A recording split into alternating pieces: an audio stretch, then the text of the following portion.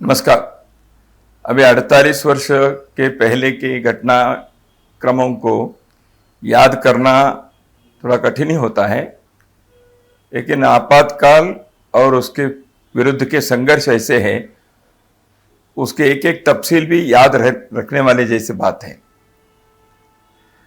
तो मैं उस समय बंगलुरु विश्वविद्यालय में एमए के विद्यार्थी था और जयप्रकाश नारायण जी का आंदोलन जो पहले गुजरात और बिहार में विद्यार्थियों के आंदोलन देशव्यापी होते रहा, तो अखिल भारतीय विद्यार्थी परिषद के प्रदेश स्तर के कार्यकर्ता के नाते मैं भी उस आंदोलन में सहभागी रहा। जयप्रकाश नारायण मई के दूसरे और तीसरे सप्ताह में बेंगलुरु में उनका प्रवास था।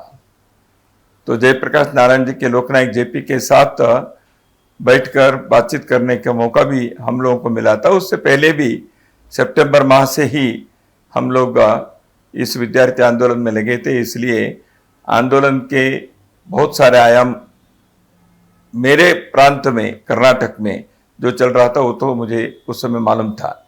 धीरे धीरे हम देश के अन्य भागों में भी क्या चल रहा है इस की जानकारी मिलती रही।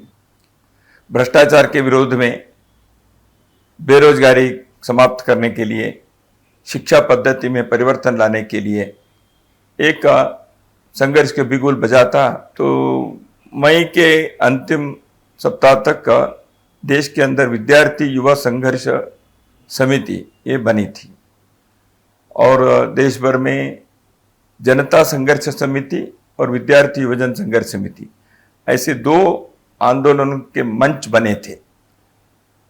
जनता संघर्ष समिति में कई राजनीतिक पार्टियां और समाज के प्रबुद्ध लोग, लेखक, पत्रकार, साहित्यकार, ऐसे लोग देश के अंदर इस परिवर्तन के लिए जिनके चाह थी, जिनके आकांक्षा थी, आग्रह था, ऐसे लोग उस समिति में थे। और विश्वविद्यालय के विद्यार्थी और नौजवान लोग, युवक युवतियां विद्यार्थी युवजन संघर्ष समिति में सक्रिय रहे। मैं विद्यार्थी युवजन संघर्ष समिति के एक सक्रिय कार्यकर्ता के नाते कर्नाटक में बेंगलुरु केंद्र बनाकर मैं काम करता था। जैसे मैंने कहा, मैं एमए के विद्यार्थी था, तो स्वाभाविक रूप से कैंपसों में घूमकर कार्य करना हमारा दायित्व था। जून के महीने में 3 महत्वपूर्ण घटनाएं इस संघर्ष में हुई। इन तीनों के परिणाम आपातकाल लागू करने में हुआ। एक है, जून आते आते देश भर में जेपी के नेतृत्व में जो आंदोलन देशव्यापी हो गया था वह अत्यंत प्रखरता के चरम पर पहुंच गया था। दूसरा, गुजरात में हुए चुनाव में इंदिरा कांग्रेस के एक दृष्टि से घोर विफलता हो गई, वो हार गई और जनता पार्टी उस समय के एक जनता मंच बनाए थे, जनता रंग कहते थे उसको, वो जीत कर आ गई। जून 12 तारीख को इलाहाबाद हाईकोर्ट के न्यायाधीश ने इंदिरा गांधी के लोकसभा चुनाव में जो जीती थी रायबरेली से, उसको उन्होंने निरस्त कर दिया। तो तीनों मोर्चे पर इंदिरा जी हार गई। एक है न्यायांग में, दूसरा है राजनीतिक क्षेत्र में चुनाव में, तीसरा है जनता के बीच। इस कारण से उन्होंने इस एक्सट्रीम क्रम को उन्होंने संविधान के अंदर जो प्रावधान है उसका उन्होंने उपयोग किया। 25 जून को रात्रि आपातकाल घोषित कर दिया। उन दिनों में कि न मोबाइल, न टीवी, न कुछ था। आज के ज़माने के लोगों को उस समय के परिस्थिति को समझना आसान नहीं है। 50 साल पहले हिंदुस्तान में टीवी नहीं थी और कंप्यूटर्स नहीं थे, ईमेल और मोबाइल आज हैं, तो वो नहीं था। तो न्यूज़ कैसे मालूम हुआ? बीबीसी से और आकाशवाणी से घोषणा होते ही पता चला। हम लोगों को सुबह 6 बजे के न्यूज़ से समाचार मिला। संघ के शाखा में गांधीनगर बेंगलुरु में मैं और बाकी मित्र जो शाखा में थे, हमको शाखा जाते जाते ये समाचार मिल गया। पार्लियामेंट के कमेटी के काम के लिए अटल जी, अडवाणी जी, मधु दंडवते जी और एस.एन. मिश्रा जी ये बेंगलुरु आकर रुके थे। शाखा के समाप्ति होते ही हम लोग वहाँ गए और अटल जी, अडवाणी जी स्नान वान करके नीचे जलपान के लिए आ रहे थे। उनके आगे के कार्यक्रम के लिए उनको जाना था। तो हमने कहा इमरजेंसी हो गई। किसने कहा ऐसे? शायद उनको तब तक जानकारी भी नहीं थी या जानकारी होगी, उन्होंने पूछा। तो हमने कहा रेडियो में सुना हमने और ऐसे हुआ। तो अडवाणी जी तुरंत UNAPTA को फ़ोन लगाओ, ऐसे करके फ़ोन लगाना है, स्टेटमेंट देना है फ़ोन पर इसके खंडन करते हुए। अटल जी ने कहा क्या कर रहे हैं? नहीं, मैं स्टेटमेंट देता हूँ, अपने तरफ से वक्तव्य देना। अटल जी ने कौन छापने वाला है? तो अटल जी को पता चल गया था कि इमरजेंसी घोषित होते ही प्रेस सेंसर भी साथ साथ हो गया है, तो इसलिए ये स्टेटमेंट अगले कोई छापने वाला नहीं है। जलपान के लिए न जाते हुए वो अपने कमरे में वापस गए, हम भी पीछे पीछे गए। थोड़े समय के अंदर पुलिस आ गई।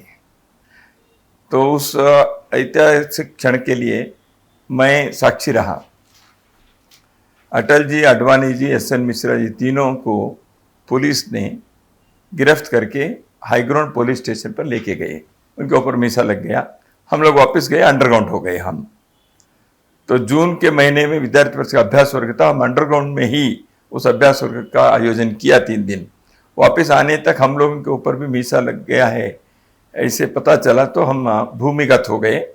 भूमिगत होकर मैं दिसंबर तक 6 महीने मैं भूमिगत रहा। जुलाई के 2 तारीख को संघ पर बैन हुआ, तो भूमिगत रहे क्योंकि हम लोग मीसा में वांटेड है पता चल गया। कई लोगों को गिरफ्त करके लेके जाते थे, कुछ लोग DIR में, कुछ लोग मीसा में। डिफेंस ऑफ इंडिया रूल और maintenance of internal security act, ऐसे 2 कानून। डिफेंस ऑफ इंडिया रूल में कोर्ट में जाने का और वहाँ आर्ग्यू करने का और शायद छूट भी जाने के प्रावधान है। मीसा में ऐसे कोई नहीं था। आपको चार्ज बताने की जरूरत भी नहीं है, क्या गुनाह है, और कोर्ट में जाने के आपको कोई अधिकार नहीं है। सब प्रकार के फंडामेंटल राइट्स सस्पेंडेड ऐसे होने के कारण मीसा में रहने वाले व्यक्ति को अंदर उनका क्या हुआ ऐसे घर के लोगों को भी पता चलने चाहिए, ऐसे भी कोई प्रावधान नहीं था। तो ऐसे मीसा में लोग रहे। 3-4 प्रकार के विषय भूमिगत रहकर ये जो इमरजेंसी के विरुद्ध के संघर्ष है उसमें, एक जनता के साथ संपर्क कैसे रखना। जैसे मैंने कहा न फोन सर कर सकते थे न ये कर सकते थे, इसलिए जनता के साथ संपर्क रखना, कार्यकर्ता के संपर्क करना, इसके लिए संघ और संघ प्रेरित संगठनों की जाल जो है उसका हमारे जो घर घर के संपर्क के जो पद्धति है यह बहुत काम में आया। घरेलू संपर्क की जो पद्धति दशकों से संघ और संघ प्रेरित संगठनों में है, उसका लाभ आंदोलन में लगे हुए अन्य राजनीतिक पार्टियां, अन्य संगठनों को भी इसका लाभ हुआ।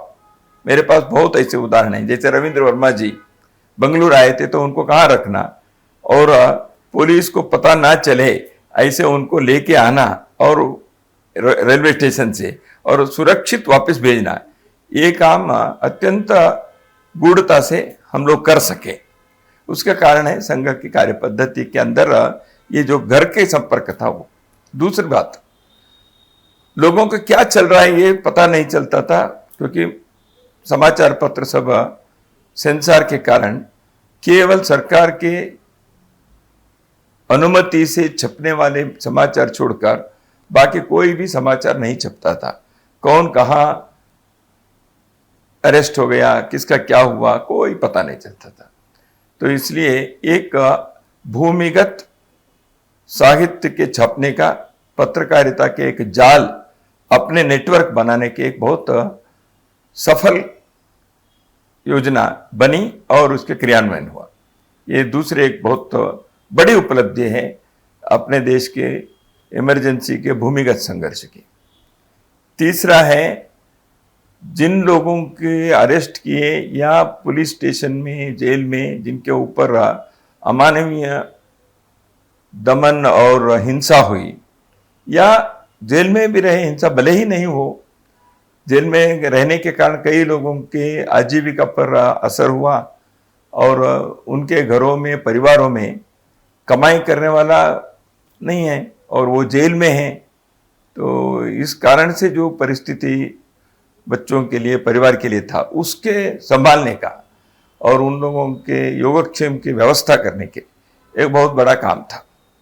और चौथा, सबसे महत्वपूर्ण, संघर्ष करते हुए इस आपातकाल के विरुद्ध लोगों की आवाज खड़ा करने के लिए, सत्याग्रह करने के लिए जो योजना बनी, उसको सफल बनाना। तो यह 4 प्रमुख काम उन दिनों में मुझे लगता है एक बहुत ही अच्छी योजना से सफलतापूर्वक हम बना सके। कई बार मुझे लगता है ये क्रूरता का भी याद करना है क्या। मैं कारण बताता हूं। संघ के तृतीय पूजनीय सरसंघ चालक बाला साहेब देवरस जी ने आपातकाल के पश्चात एक बहुत महत्वपूर्ण सार्वजनिक वक्तव्य उन्होंने दिया था अपने सार्वजनिक भाषण में। उन्होंने कहा, फॉरगिव एंड फॉरगेट। जो हो गया है, उसको भूल जाओ, उसको क्षमा करो। लेकिन देश के इतिहास में जिस एक काला अध्याय के दौरान घोर दमन और अत्याचार हुए, वह इतिहास के पन्ने पर है। कई पुस्तकें इस विषय में आई हैं, व्यक्तिगत तौर पर भी कई लोगों ने लिखा है और संगठनों से भी इस प्रकार के साहित्य बाद में भी छपे हैं। इसलिए मैं नहीं भी बताऊंगा तो भी वो है ही। तो इसलिए बाला साहेब देवरस जी ने जो अपेक्षा की थी उसको ध्यान में रखकर मैं थोड़ा 2-4 बातें इस संदर्भ में बताऊंगा। क्रूरता और अमानवीयता बहुत व्यापक प्रमाण में कई जगह पर हुए। जिस प्रकार अपने देश की व्यवस्था, पुलिस के, सरकारी प्रशासन की व्यवस्था ऐसे बर्बरता दिखा सकते हैं, इसका एक अनुभव आपातकाल में हुआ। हाथ दोनों ऐसे पीछे बांधकर ऊपर से उनको खींचना और वो जमीन से ऊपर जाता है जैसे फांसी के होता है। उस समय उनके पीठ पर, उनके पैर पर लाठी से मारना। उस समय जो क्रूरता हुई 3 प्रकार की हुई। एक है जो अरेस्ट हुए उनके लॉकअप में हुआ। बहुत सारे व्यापक प्रमाण में जो हुआ वो पुलिस लॉकअप में हुआ, उनको जेल में भेजने से पहले। पुलिस लॉकअप में जो हुआ उसके जो हिंसा के प्रकार है, कैंडल से, उस समय के आंध्र प्रदेश है, अभी तेलंगाना है, आंजनेयुलु एक कार्यकर्ता, उसके शरीर के लगभग 100 जगह पर उनको जलाया कैंडल से। उनसे कुछ मुंह से कहलवाने के लिए, बुलवाने के लिए। किसी को नारियल के इसके अंदर कीड़े रखकर उसको यहां बांध दिया नाभि के ऊपर। या जैसे मैंने कहा, पुलिस भाषा में एरोप्लेन कहते हैं, गोली कहते हैं, चपाती कहते हैं। ये सब अलग अलग प्रकार के हिंसा के, जो टॉर्चर के अलग अलग प्रकार है। ये सीधा बिठाकर उसके ऊपर रोलिंग करो, तरह तरह के हैं। इलेक्ट्रिक शॉक दो, या इसमें पिन से अंदर एक उसे दो। तो इस प्रकार के भयानक करने के कारण लोगों को, एक को कर रहे हैं तो दूसरे यहां बैठकर देखता है तो उसको अगला मेरा है ऐसे लगेगा ही, जो मेरे सामने भी हुआ है। तो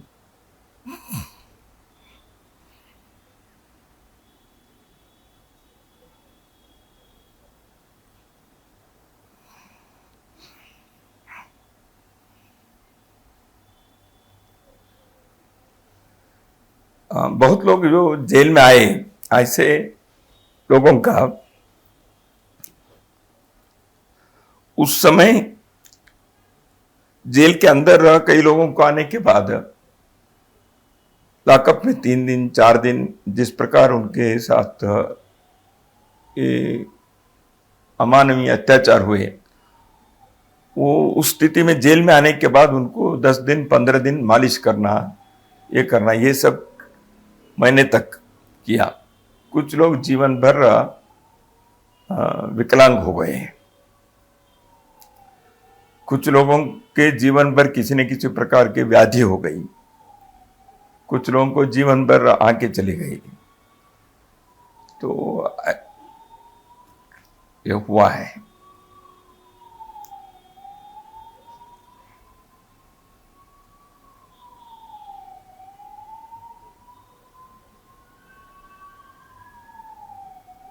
हमारे कई मित्र ऐसे हुए, वैसे मेरे साथ तो ऐसे नहीं हुआ, हमारे आंखों के सामने हुआ है।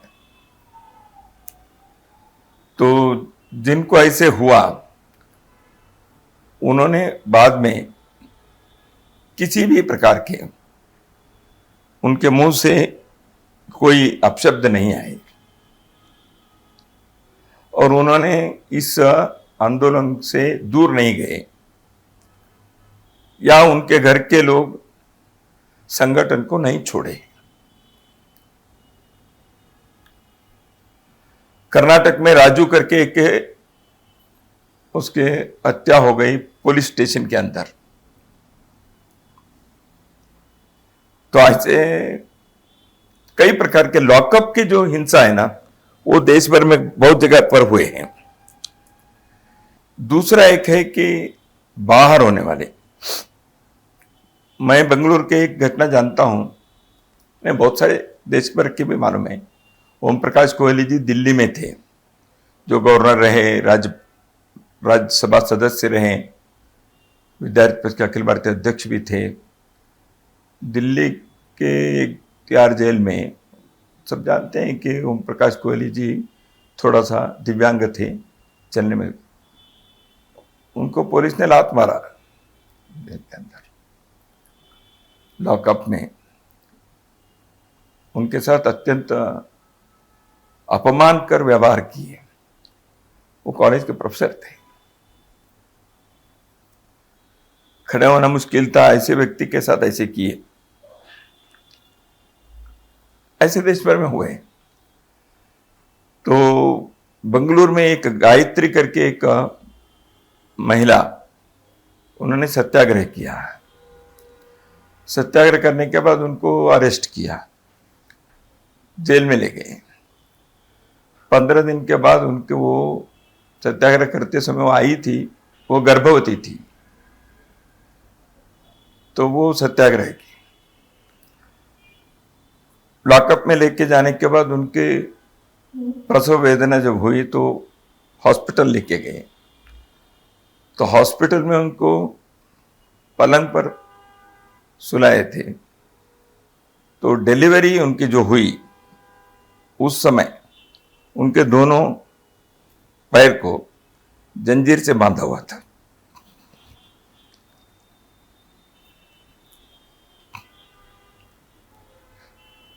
उन बातों को आज याद करने से अपने मन अनावश्यक यातना में या खराब से यह होता है। तो गर्भवती महिला कहीं भाग जाएगी ऐसे तो नहीं है, और डिलीवरी हो गई तो उनको बांध कर रखने की क्या जरूरत थी। उत्तर भारत में व्यापक प्रमाण में नसबंदी क्या हुआ, पकड़ पकड़ कर किए। 20 प्रोग्राम्स और 20 पॉइंट प्रोग्राम और 4 पॉइंट प्रोग्राम थे। उस समय के सरकार के प्रशासन के चलाने वाले चौकड़ी थी, उसमें जो भी लोग थे उन्होंने नसबंदी के कार्यक्रम को सफल बनाने के लिए देश के अंदर जनसंख्या नियंत्रण करने के उन्होंने जिस प्रकार के आपातकाल के उपयोग किया, जबरदस्ती, यह घोर अमानवीय और मानवाधिकार के विरुद्ध के इतिहास के पन्नों पर हमेशा एक काला धब्बा है। शाह कमीशन के सामने भी यह सब बाद में आया था, जेल के अंदर भी हुआ। जेल के अंदर बाकी जो कैदी रहते हैं, क्रिमिनल केसेस में आए हैं, उन लोगों को राजनीतिक कैदियों के खिलाफ उकसा कर, उन लोगों के झगड़ा करवा के उनसे मारपीट करवाया। उनके हाथ में सब प्रकार की चीजें हैं। ये राजनीतिक कैदियों के पास निहत्थे थे। जेल के अंदर ऐसे जानबूझकर करवाने का प्रयत्न किया, झगड़े हो गए ऐसे। बल्लारी जेल में लगभग 25 लोग हाथ के पैर के हड्डी टूट गई, महीनों तक उनको अस्पताल में रखना पड़ा। जनसंघर्ष समिति जो बनी वो लोक संघर्ष समिति, LSS कहते थे। ऐसे हुआ, जयप्रकाश नारायण के नेतृत्व के आंदोलन जब प्रारंभ हुआ उस समय एक समिति बनी, जनता संघर्ष समिति। वो आंदोलन के लिए था। उसके सामने कुछ मांगे थी। देश के अंदर एक संपूर्ण क्रांति की आवाज जयप्रकाश नारायण जी ने उठाई थी। उन मांगों को पूरा करने के लिए सरकार के सामने एक लोकतंत्र के तहत एक आंदोलन करने के लिए मंच बना था। जब आपातकाल घोषित हो गया, लोक संघर्ष समिति करके नहीं बनी। इस आपातकाल के विरुद्ध पहले संघर्ष करना है, पहले के डिमांड तो थे ही। तो इसलिए आपातकाल के विरुद्ध के संघर्ष के लिए पहले जो संघर्ष समिति बनी, लोक संघर्ष समिति, उसके सेक्रेटरी थे नानाजी देशमुख। तो उस नानाजी देशमुख अगस्त के 75 में उनके गिरफ्तारी हो गई। उनके गिरफ्तारी होने के बाद रविंद्र वर्मा जी उसके सचिव बने, महासचिव। उनके भी अरेस्ट होने के बाद माननीय दत्तोपंत ठेंगड़ी जी उसके सचिव बने। दत्तोपंत ठेंगड़ी जी अंत तक अरेस्ट नहीं हुए, भूमिगत रहे। उनको पुलिस पकड़ नहीं पाए। तो पुलिस को पता नहीं चलना, यात्रा करना, अलग नाम से करना, वेश बदल कर करना, ये सब हमने किया था उन दिनों में। जैसे भूमिगत आंदोलन के तरीके होते हैं वो सब किए हैं। जैसे अभी प्रधानमंत्री के बारे में कहते हैं, उस समय वो सरदार बनकर घूम रहे थे। ऐसे देश भर के लोग अलग अलग प्रकार से वेश पहनकर हम जाते ही थे। लोकतंत्र के, प्रजातंत्र के अंतर्गत ही अपने को संघर्ष करना चाहिए, संविधानात्मक ढंग से ही करना चाहिए। बंदूक उठाकर क्रांति नहीं करनी है, शस्त्र उठाकर संघर्ष करके आपातकाल का विरोध करना ये गलत है। ऐसे समिति के स्पष्ट अभिप्राय था। लोगों को हिंसा के मार्ग पर नहीं लाना, यह स्पष्ट निर्देशन था। सत्याग्रह नवंबर 14 तारीख से प्रारंभ करना यह तय किया। सत्याग्रह ने कैसे, किसी भी सड़क के चौराहे पर या किसी जगह पर, बस स्टैंड पर, रेलवे स्टेशन पर जितने संख्या में हो सकते उतने संख्या में लोग आना, आपातकाल के विरुद्ध में 2-4 नारे लगाना, अपने डिमांड जो है उसके नारे लगाना, पुलिस आएगी, पकड़ेगी, लेके जाएंगे, सत्याग्रह करना, जेल भरना, यह तय था। और यथासंभव साहित्य पर्चे उसको लोगों को दे देना, क्योंकि हमको देने के लिए कोई और रास्ता नहीं था, ओपनली हम नहीं दे सकते थे। इसलिए सत्याग्रह के लिए जाते समय जेब में, थैली में पर्चे रखो, उसको सबके लिए दे दो। तो ये सत्याग्रह के तरीके थे। तरह तरह के सत्याग्रह हुए और भी हुए। इस आपातकाल को जनता ने स्वीकार नहीं किया है, यह लोकतंत्र के विरुद्ध है, लोकतंत्र के दमन हो गया है। इसलिए इसके लिए विरुद्ध आवाज उठाना, समाज मरा नहीं है, यह स्तब्ध नहीं है, ऐसे दिखाना, यह बहुत बड़ा एक उद्देश्य था सत्याग्रह का। लगभग 49,000 से अधिक लोग सत्याग्रही अरेस्ट हुए। संघ इस सारे जयप्रकाश नारायण आंदोलन में और बाद में संघर्ष के संदर्भ में यानी आपातकाल के विरुद्ध के संघर्ष में काम किया है। संघ के समर्थन में बहुत सारे, जैसे मैंने पहले कहा, देश भर में नेटवर्क बना। तो इसलिए संघ को दमन करना यह मुख्य बात होने के कारण अन्य 25 संगठन के साथ संघ को भी बैन कर दिया था। इसलिए संघ पर प्रतिबंध लगाना और संघ के दमन करना यह सरकार के वरिष्ठों के, नेताओं के, प्रधानमंत्री उस समय के, उनके स्पष्ट उद्देश्य था।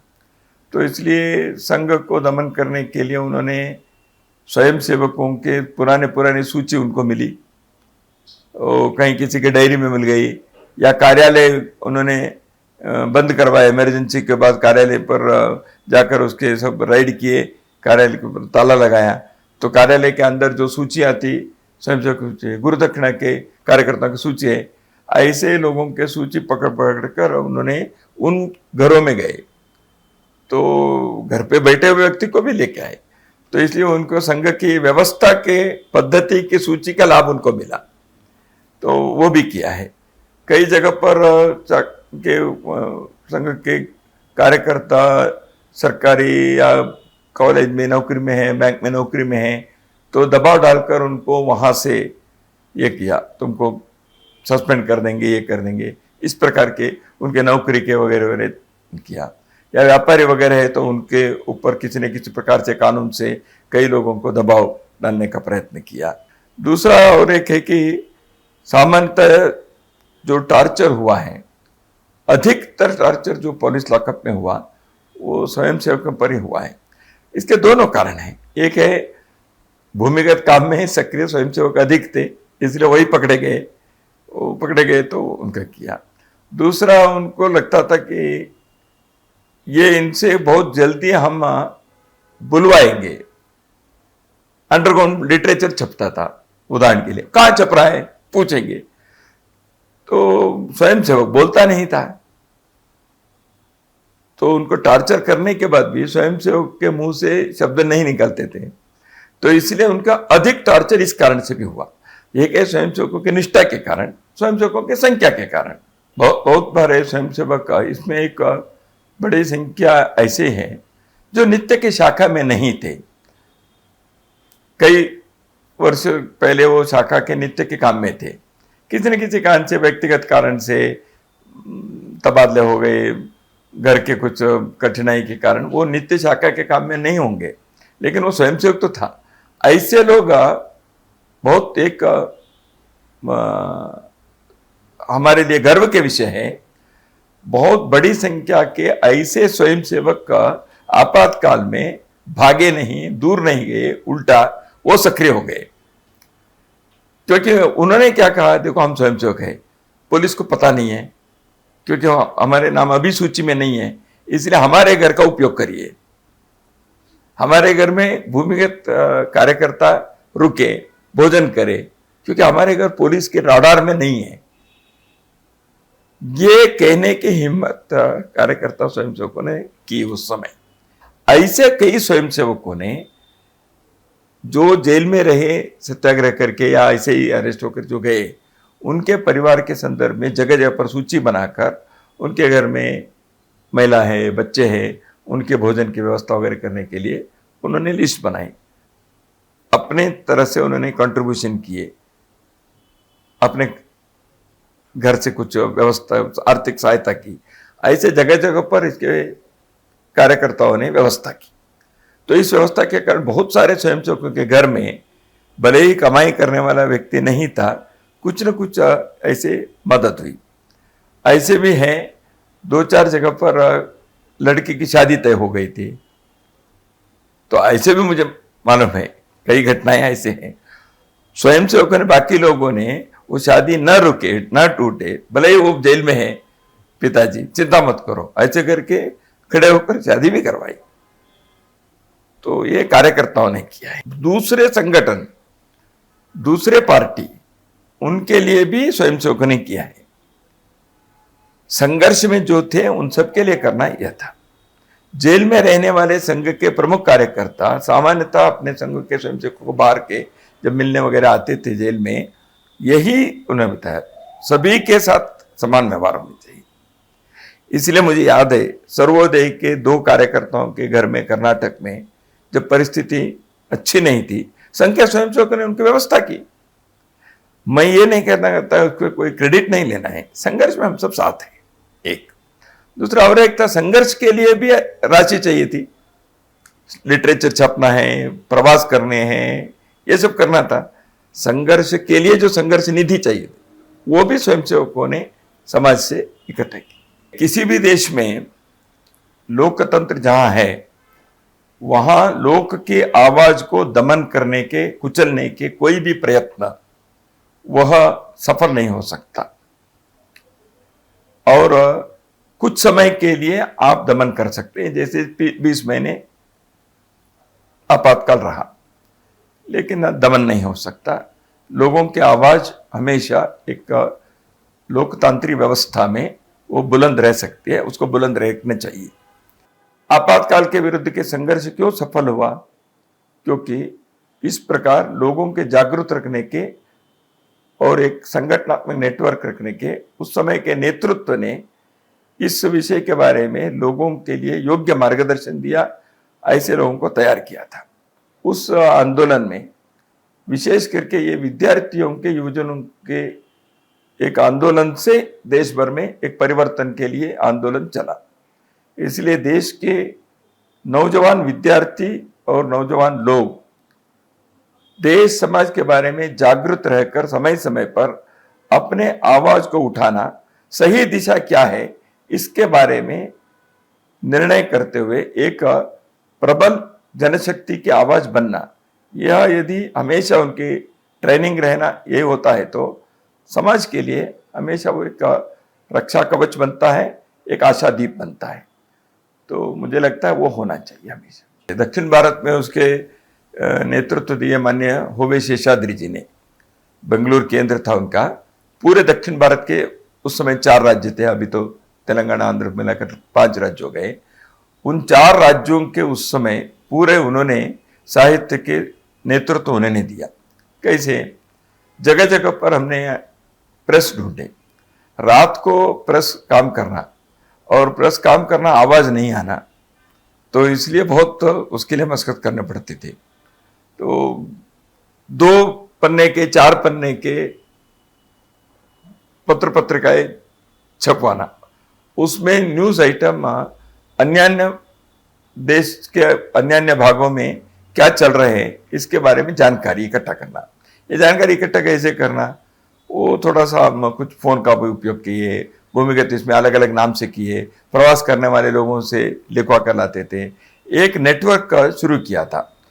इसके लिए ही कुछ कार्यकर्ता प्रवास करते थे, वो बाकी कोई उनके बैठक लेना, सत्याग्रह की तैयारी करना, वो काम उनके पास नहीं था।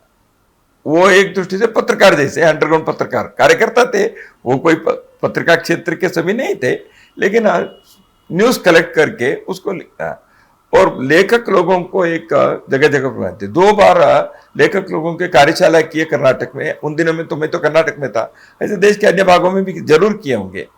हम अलग अलग नाम से, उदाहरण के लिए कर्नाटक के 4 जगह पर या महाराष्ट्र में अलग अलग नाम से अंडरग्राउंड की पत्रिकाएं छपती थी, मराठी में, कन्नड़ में, तेलुगु में, हिंदी में, उस राज्य में वो नाम भी अलग अलग थे।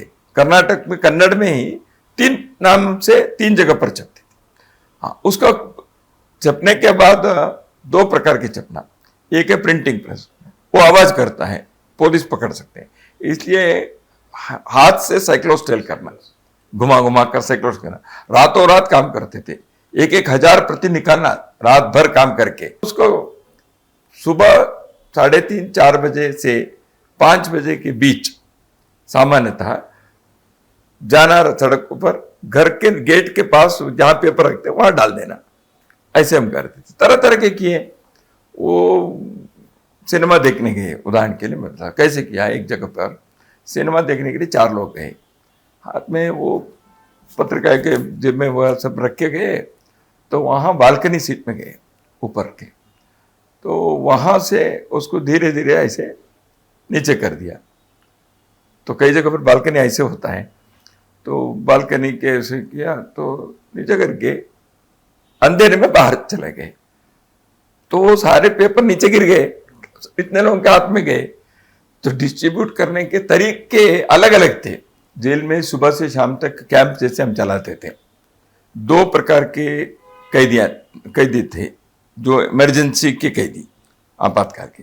तीसरे प्रकार थे जो अन्य प्रकार के क्राइम्स करके अपराधी जो आते थे समाज में, हमेशा जो जेल में DAR, जिनके केस चलते हैं, कोर्ट में लेके जाते हैं, ऐसे DAR के जो कैदी हैं वो अलग है। उनके 1 महीने या 15 दिन के लिए जेल से जैसे कई बार छूट जाते थे, बेल में जाते थे, ऐसे होता था। मीसा के हैं, वो मीसा के लोगों के ऊपर कोई चार्जशीट नहीं, उनको ना कोर्ट है, ऐसे चलता था। तो इसलिए मीसा में रहने वाले लोगों के जीवन शैली अलग थी। तो मीसा में रहने वाले लोग आए तो बाहर जाएंगे, कब जाएंगे कोई पता नहीं है। बीच में एक बार ऐसे था, नीरेन डे सॉलिसिटर जनरल थे, उन्होंने सुप्रीम कोर्ट में एक आर्गुमेंट किया और उनके आर्गुमेंट को सुप्रीम कोर्ट में स्वीकार किया। आर्गुमेंट क्या था उनका? मीसा के लोगों देश की सुरक्षा के लिए उनको हम उनके ऊपर कोई चार्जशीट नहीं और कब तक रहना है इसकी कोई गारंटी नहीं है। They may end their life in jail, ऐसे एक वाक्य उनका था। दूसरा उन्होंने कहा, तो आर्गुमेंट ऐसे किए, यदि देश की सुरक्षा के लिए उनको जेल के अंदर भी शूट किए तो भी कोई अपराध नहीं है सरकार पर। जेल में अंग्रेजों के जमाने के कानून बहुत है, अब ठीक हो गया है, वो कानून ही चलता था। अंग्रेजों ने उस समय जो किया था वो कानून चलते थे, तो जेल के अंदर संघर्ष किए, इस कानून के खिलाफ भी अंदर उसके लिए ज्ञापन देना, उसके खिलाफ करना, वहीं सत्याग्रह ने अंदर अनशन करना, ये सब किया। तो इस कारण से कुछ कानून बदलना पड़ा प्रशासन को, कुछ चीजें। संविधान के बारे में एच.वी. कामत जी ने एक कहा, it is not amending the constitution, it is not mending the constitution, but it is ending the constitution. ऐसे लोकसभा के सदस्य एच.वी. कामत थे, उन्होंने कमेंट किया सरकार ने क्या किया संविधान के साथ, it was almost ending the constitution. Amendment तो उन्होंने क्या किया, अमेंडमेंट जो आए उस अमेंडमेंट में बहुत सारे चीज़ों को उन्होंने किया। कुछ बातें ऐसी थी जो प्रियम्बल में जोड़ दिया उन्होंने, संविधान के प्रस्तावना में पहले से नहीं था, सेक्युलरिज्म और सोशलिज्म का, इन दो शब्दों को उन्होंने जोड़ा, वो आज तक है। संविधान के साथ छेड़छाड़ करने का प्रयत्न भरपूर किए उस समय, और 5 वर्ष के जो लोकसभा के कार्यकाल है उसको 6 साल किया, 1 वर्ष ज़्यादा कर दिया था। तो वो सारी चीज़ें जनता सरकार आने के बाद उसको फिर से संशोधन करके वापस किया। देश के इतिहास में आपातकालीन संघर्ष को एक दृष्टि से द्वितीय स्वतंत्रता संग्राम ऐसे कई लोगों ने उस समय कहा है, आज भी कई बार लगता है यह सही व्याख्या है। विदेशी शासन के खिलाफ एक संघर्ष हुआ, वो लंबे चला, एक स्वतंत्रता आंदोलन हुआ, लेकिन देश के अंदर के ही अपने लोगों ने संविधान के प्रावधान को दुरुपयोग करके देश के लोगों के आवाज को दमन करने के, और जयप्रकाश नारायण जैसे जिनके जीवन इतने स्वच्छ है ऐसे व्यक्ति को भी दमन करने के जो प्रयत्न हुआ, और सामान्य लोगों को तो हुआ ही, तो यह एक दृष्टि से द्वितीय स्वतंत्रता संग्राम कहना ये योग्य है, ऐसे मुझे लगता है। ये आपातकाल क्यों हुआ?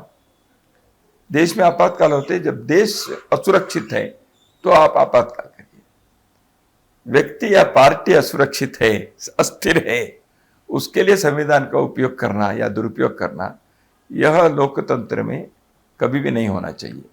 मेरा हमेशा कहना है लोकतंत्र यह सुरक्षित है, अपने देश के संसदीय व्यवस्था, संविधान वगैरह वगैरह वो तो है ही, लेकिन उससे भी बढ़कर जागृत समाज और उनको जागृत रखने के कार्य करने वाले समाज के गैर राजनीतिक नेतृत्व, उनके जीवन के स्वच्छ, निस्वार्थ और देशभक्ति के उनकी प्रखरता, यह यदि है तो समाज के लोग भी ऐसे लोगों के समर्थन में खड़े होते हैं।